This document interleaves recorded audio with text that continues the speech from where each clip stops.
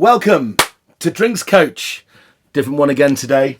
By the way, if you want to ask me any questions, all lowercase, Drinks Coach UK, Insta and Twitter, or my private line, as it were, which is Vinesack. Right, this is a really important category, and it's, I think, the fastest growing category in drinks retailing in the world. Now, that immediately makes me feel a little cynical about it, because usually that's not because people want it desperately, because people only want what they're offered, but because people have seen lots of profit in it. And there's obvious reasons for that. What I'm talking about is no and low alcoholic spirits. What does that even mean? I mean, people are asking me, how can you have a non-alcoholic spirit? Well, that's a very, very good question. We should start really with the first one on the market, really. First one that really blew this category wide open. So successful has it been, in fact, that the largest drinks conglomerate in the world, Diageo, I believe, bought 10% of their business, which instantly makes it a global brand, global distribution. This was the second brand of Seedlip that they brought out, and it's my favourite. It's called Seedlip Garden 108.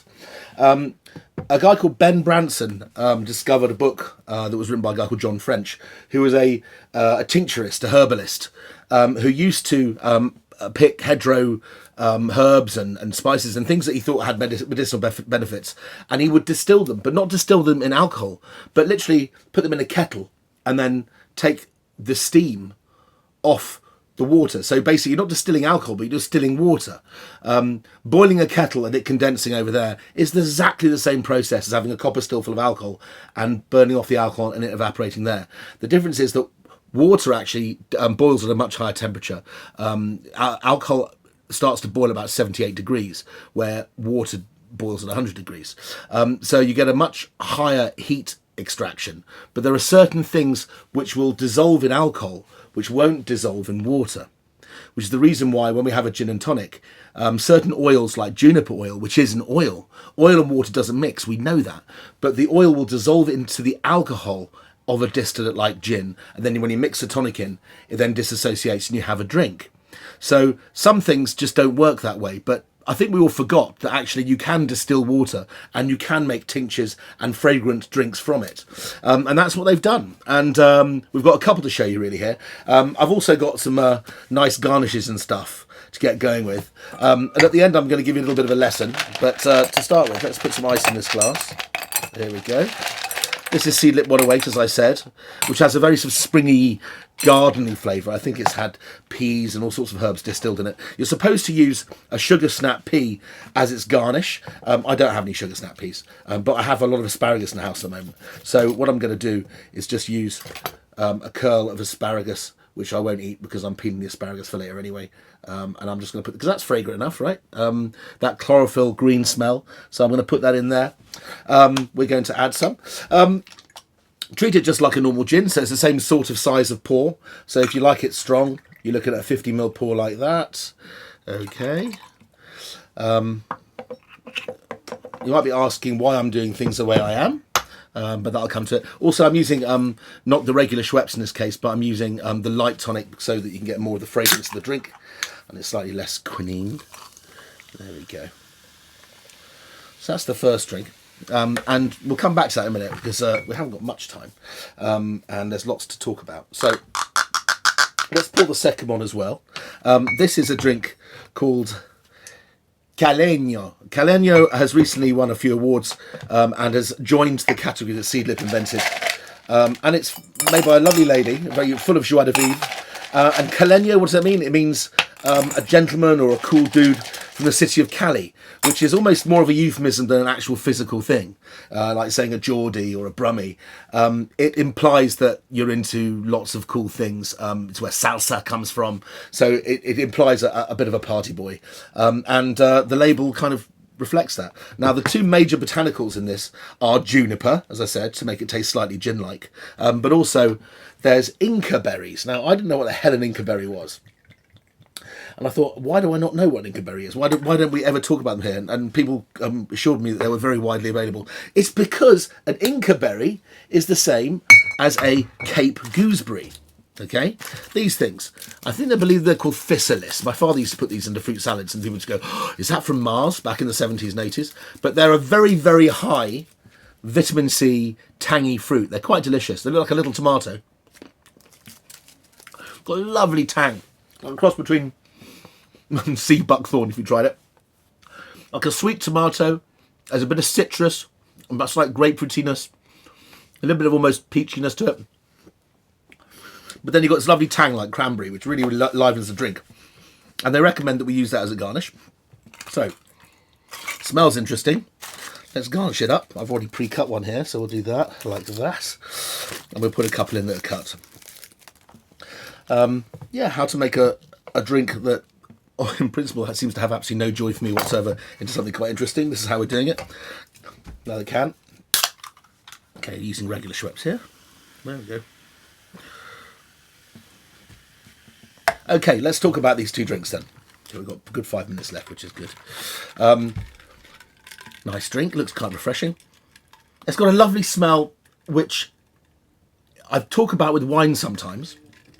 And it's a smell that's derived from a chemical which is called 2,4-methoxypyrazine. We call them pyrazines or MPs in the wine trade if you smell them. But it's that thing that makes some wine smell like cut grass or gooseberries, or a red wine smell of green peppers, a capsicum, bell pepper. That smell is the smell of vegetation that's not ripe yet.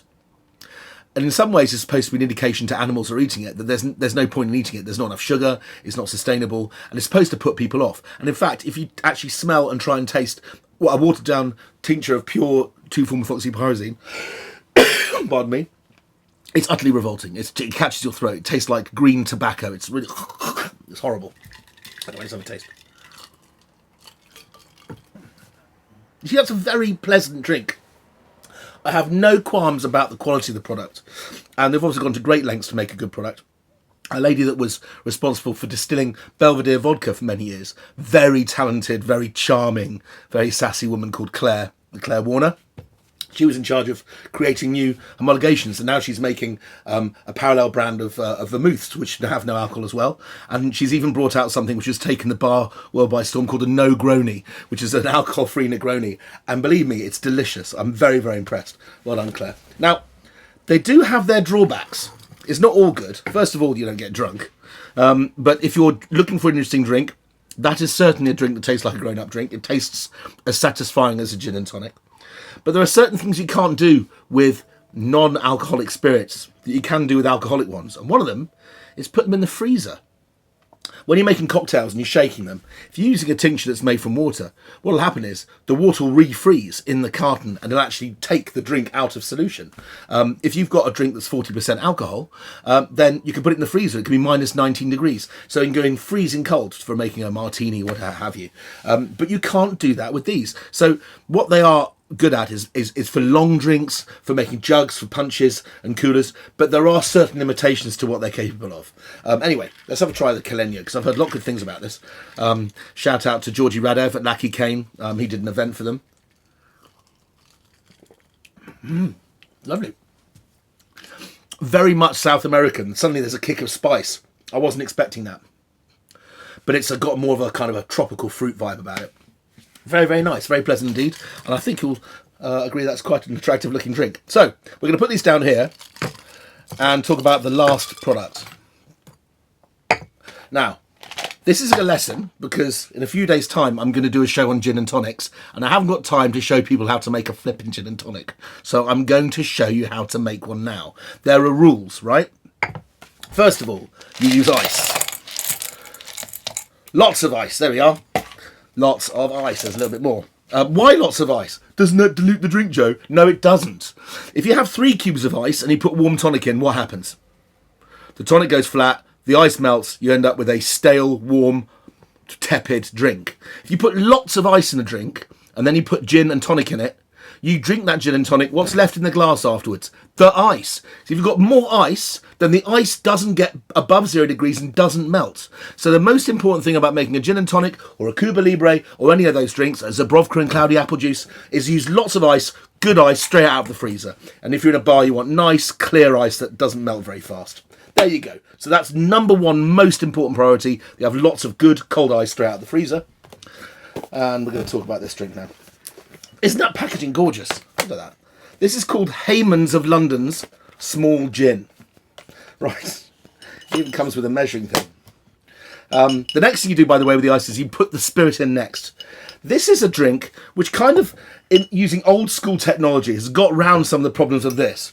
It's not alcohol free, but it's considerably less alcoholic. This is 43% alcohol, which is kind of a magic number for people that are making gins.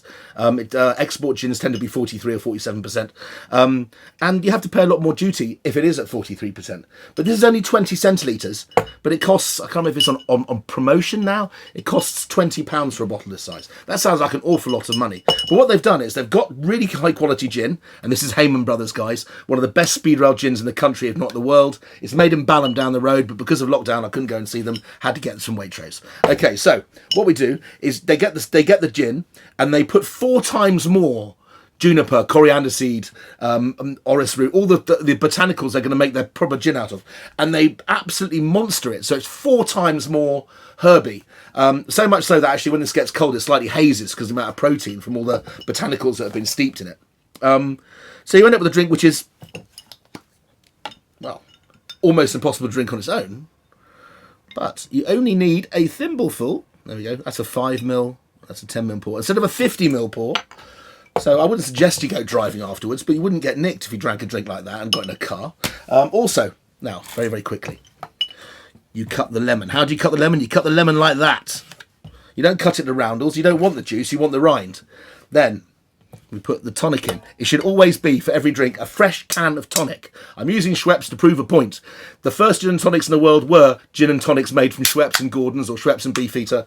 And there's nothing really wrong with it. There is a bit of artificial sweetener in there, but for me that makes it a drier drink. Fever Tree, great product. Absolutely fantastic product, but sometimes a bit sweet to my taste. So here we are. We've made a Haymans gin and tonic, which is low alcohol. I mean, lower alcohol than shandy, really. Then you take your lemon and you squeeze it like this. Skin side down, juice, you put it into the drink. That puts all the lemon rinds, oils on the surface. Well, that's a bloody gin and tonic, isn't it? Absolutely delicious, brilliant idea, beautifully presented. So, Seedlip, £26. I think Caleño, around the same sort of money, maybe close to 20. And £20 for your small gin.